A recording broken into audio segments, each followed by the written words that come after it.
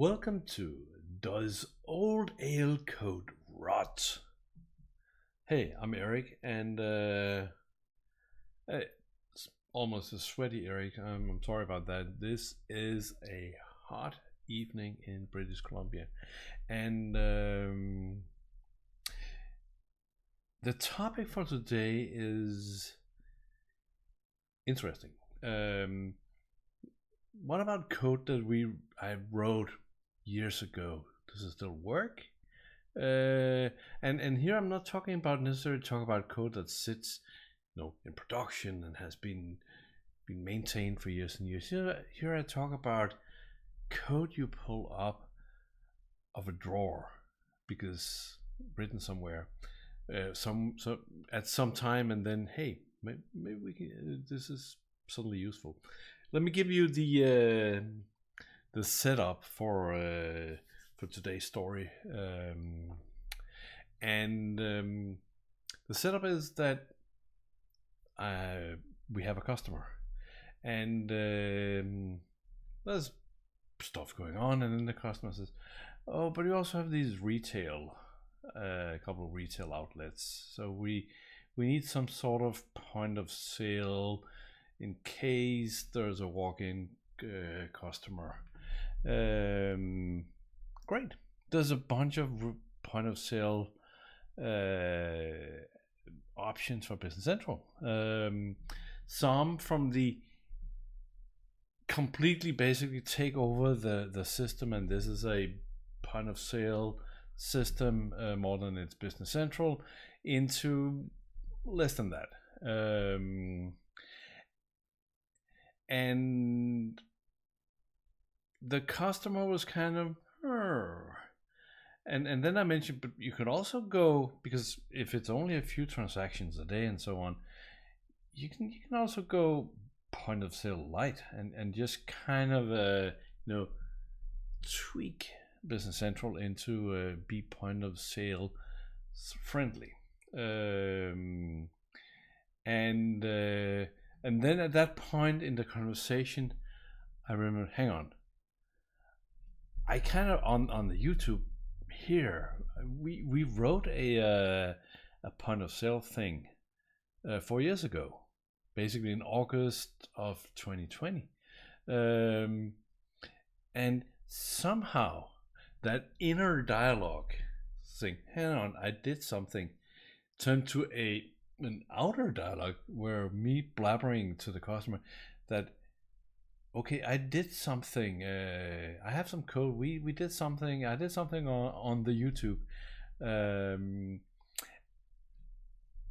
maybe that could be the basis of doing something point of sale ish.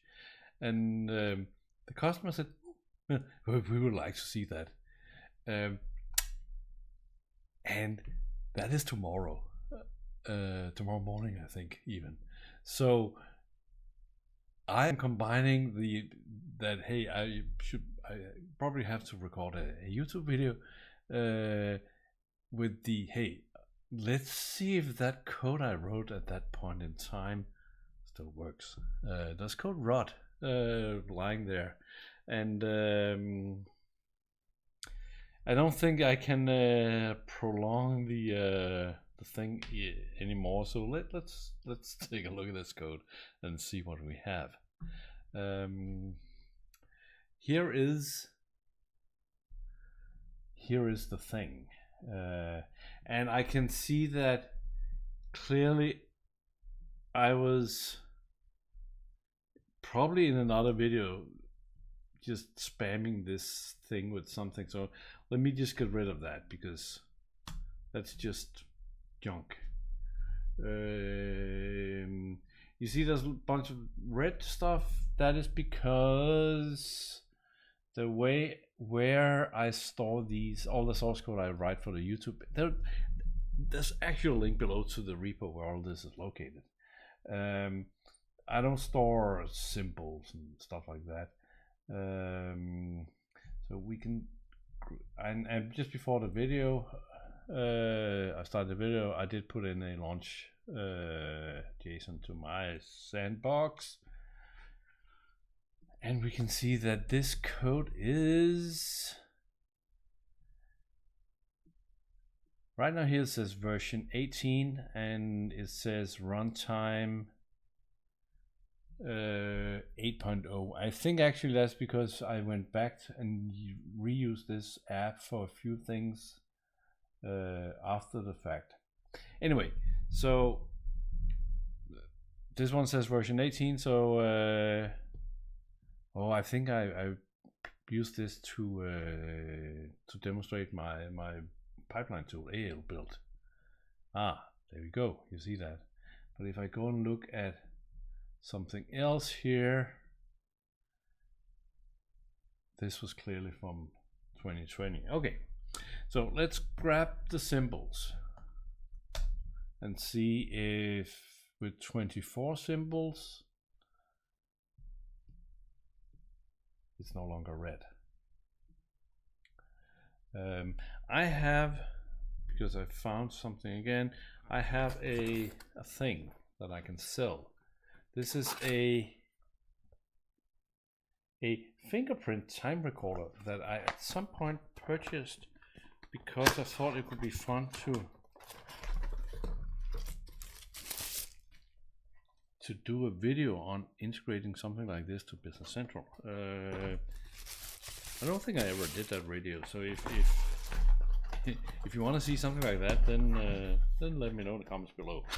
I also found this piece of paper with a barcode for cash, and I hooked up the barcode scanner.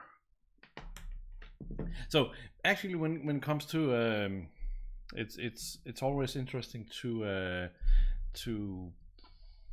talk about what is point of sale.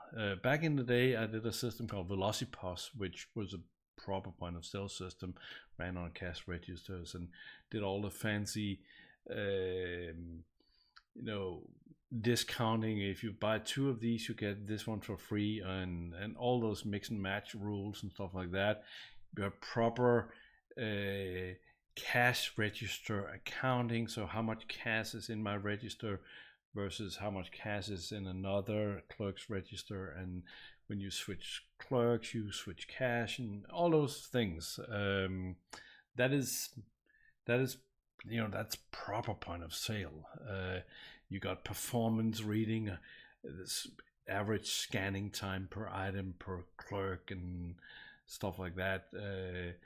There's a bunch of interesting metrics that you do in proper point of sale.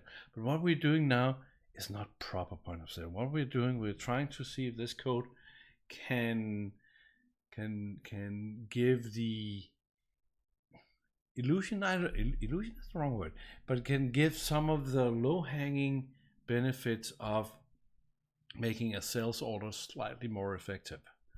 So I think the code still compiles, so clearly it's not that rotten. What we could do, of course, is that we could go to our JSON app and say, hang on, platform 24, runtime, what do we want to do? We want to do runtime 13, right? And show my code. That is clearly rotten, so we shouldn't do that. We can have an resource exposure policy, allow debugging, true, allow downloading source code, true, allow apply to dev, equal true, and what's the last one? Include source in symbols, true, right? And actually nothing, no commas, because this is right now open source anyway. Other than that, this looks fine, whatever I had in here. So if I compile now, I get a bunch of warnings. Use of implicit with will be removed in the future. Yeah, clearly that needs to have a .rec. Promoted, yeah, that's a big discussion. We got a lot of use implicit with here. there is a code action. Qualify with rec all occurrence in this object. Bingo, bingo, bingo. We have the same here. We can do the so you see there's actually here, that's a good example. So qualify with rec all occurrences in this object. That's the code action from Microsoft. And REST also have some code actions. So in this case, we can see code actions coming from multiple providers. We'll do this one. And then there's the last one, and I can for sure do that one manually, just as fast. And now we just have a promoted action where promoted can only be used if the property page type is set. So what is this page? Yeah. So when this is kind of weird. So this is the lines on the order, and you can have menu items there, but for some reason we was never really allowed to promote there. It doesn't work. So hey, no warnings, no errors. Let's run this thing.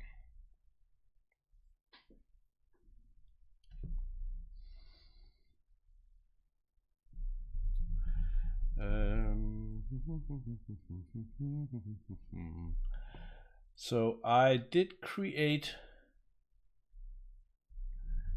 let's see,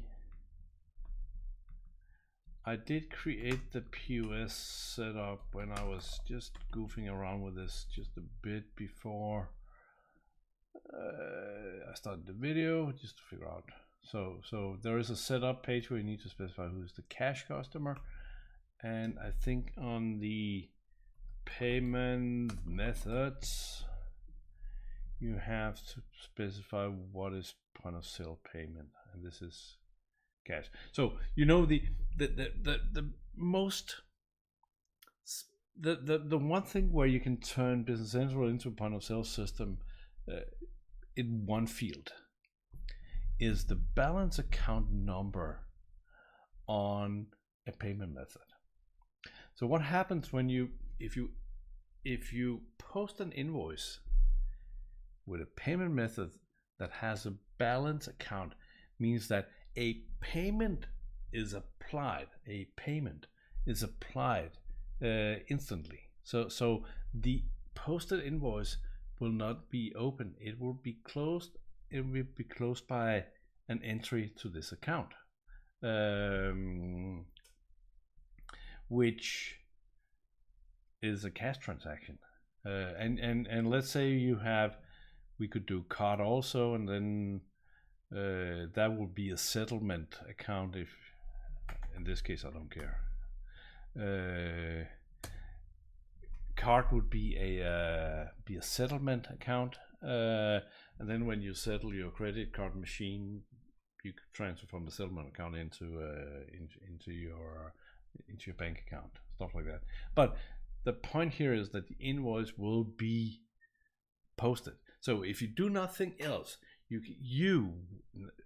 anyone can sit down with Business Central, remove all the fields they don't need on the sales invoice page, for instance, for a specific user, like the point of sale user. So strip down the page to the essential information, go in, add a balance account, and it's easy to just type in, and then you say post, and you have posted a cash payment.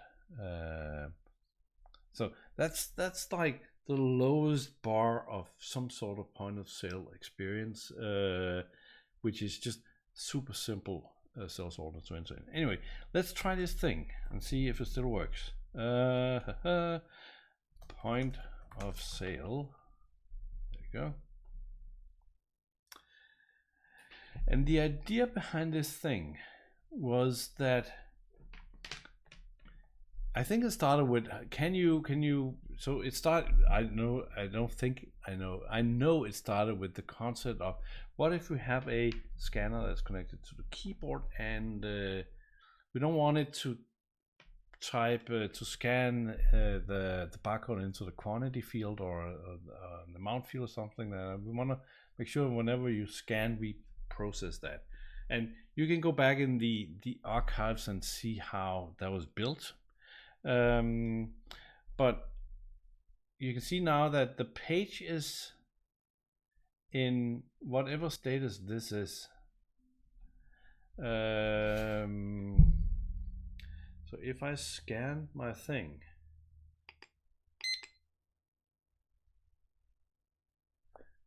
it still works. The code didn't rot. So we got a guest. Apparently there's a chair in this box. This is like IKEA, and it's really well folded. Well, I did show you what's in the box, so that's perhaps cheating. If I scan again, you can say just quantity increases, and I threw something on the floor. We're not selling that. Then I can take my cash thing and let's scan that. And the invoice is posted. So if I'm ready for the next one, I can scan that. Maybe. Interesting. Scan baby. There we go. If I need to do something, I can still go in and say, oh, that's only what if I change that to a 0. And now I think that might have hit a breakpoint. Something is happening here. Test status open. So I am validating quantity.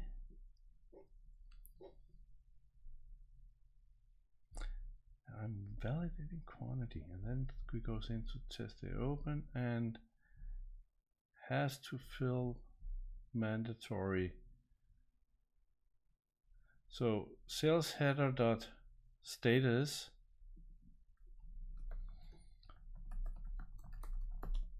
is released. So maybe this was changed for somehow. I think that it's just testing for test status on test status open on all fields. Interesting. So let's see if we can figure out what my software is actually doing here. So we have a function called new receipt. New receipt creates a sales header of sales invoice, and then we grab that as rec on the page, and we decide that this is cash customer, so everything is sold to cash customer. We said posting date today. When we scan, we release. So we scan and then we release it. I wonder why we did that. Maybe I have to go and look at old videos.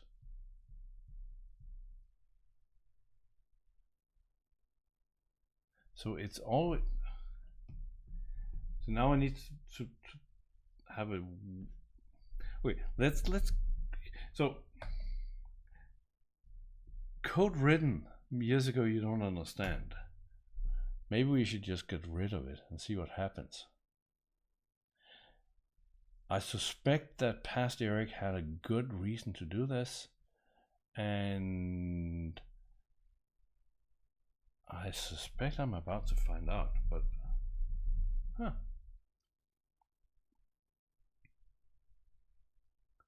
the problem is that there might be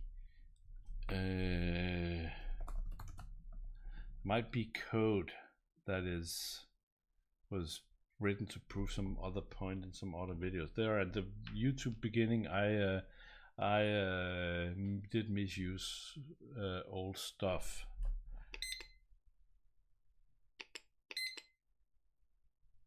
this works. Pay by cash.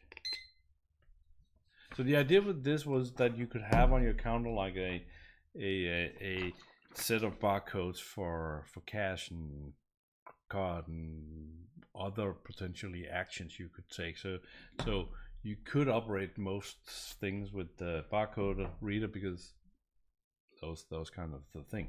Anyway, all that worked without the code. So now I have this one again, and I'll go back here, change this to 0. And that made it happy. No, it did not.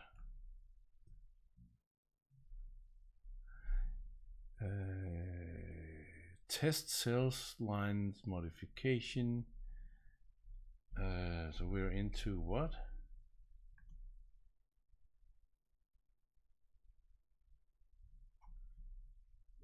The field quantity on table sales line has changed in the database between initial and JIT load. The fields causing the JIT load are shipment date.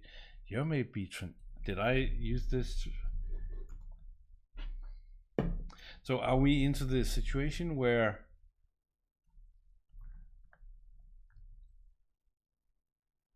there is no code saying that we should only load certain fields here?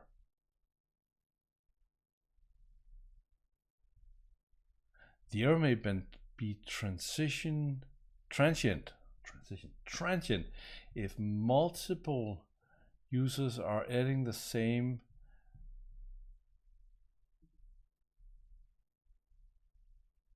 interesting. If multiple users are adding the same record are permanent if the same user edits the record while keeping an old record.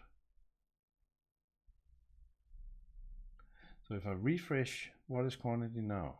Refresh. Quantity is 0. So I scan. Is the debugger still? No, now there's no debugger. So that should be. Come on, we can do this.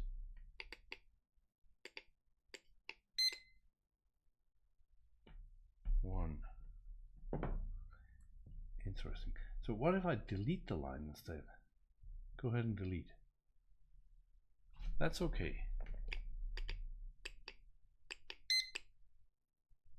That works. But if I edit this one, and just to be clear that, so is this is the POS lines part, sales line directly. So this is, let's find the page. Let's find the page. Point of sale lines. This is nothing. This is just a page. And this one does what?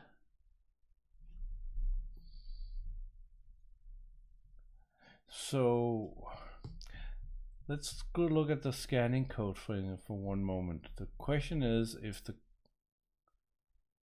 thing we see on screen is not. So we get from the user control, we get the scan barcode back.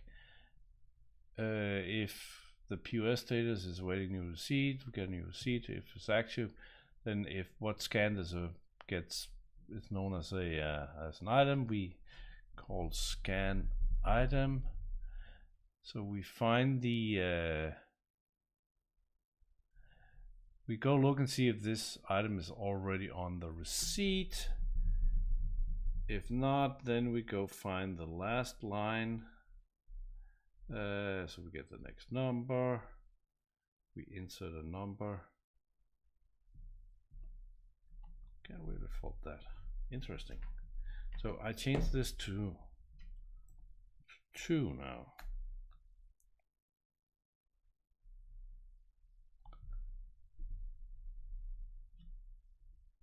Just hit a 5 just to refresh.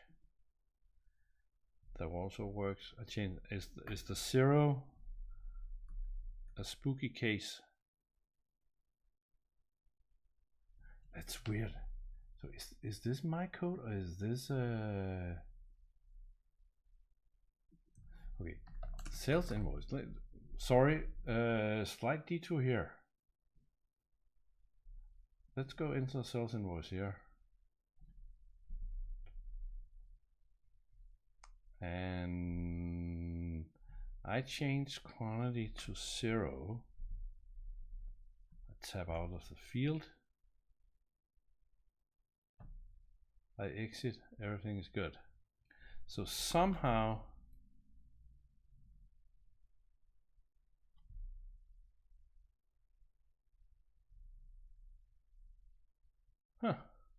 okay. Somehow there's something there, but okay, right now we can just say delete the line. We can scan again. So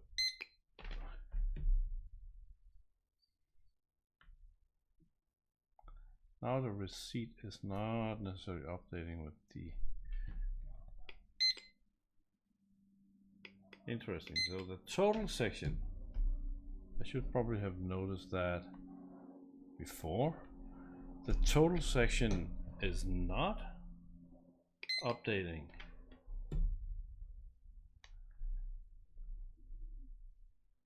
Was that the release thing? What happens if I say this is where this is point of sale scan item. So if I say core page update false, what happens then? This could actually be a code rot situation,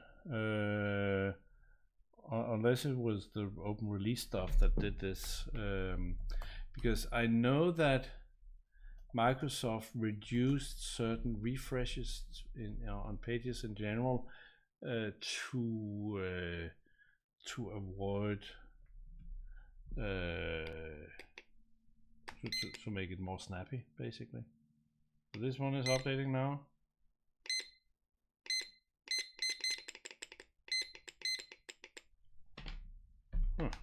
That's a good order, this one. Let's sell this one.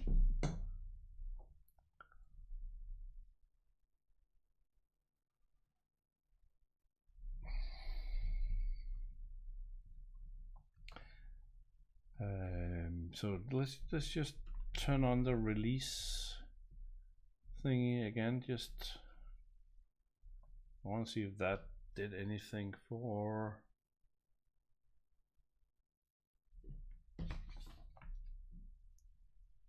Oh, I need the box, the chair. I need to. So I think sales point. I think that's a trademark somewhere.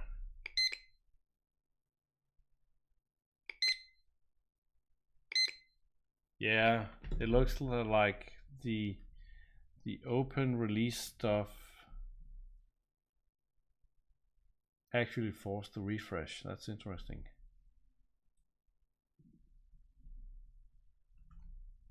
Because there is no core page inside a code unit.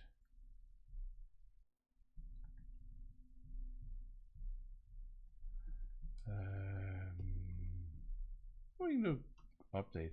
Another option would be that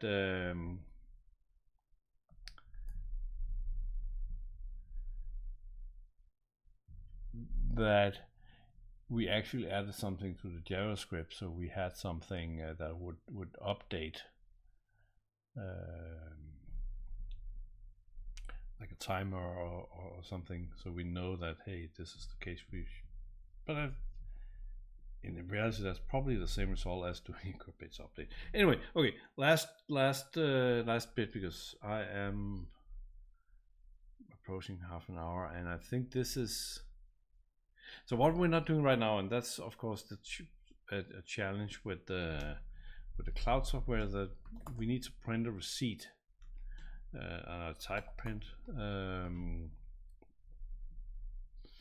that would have to be universal print or one of the other options.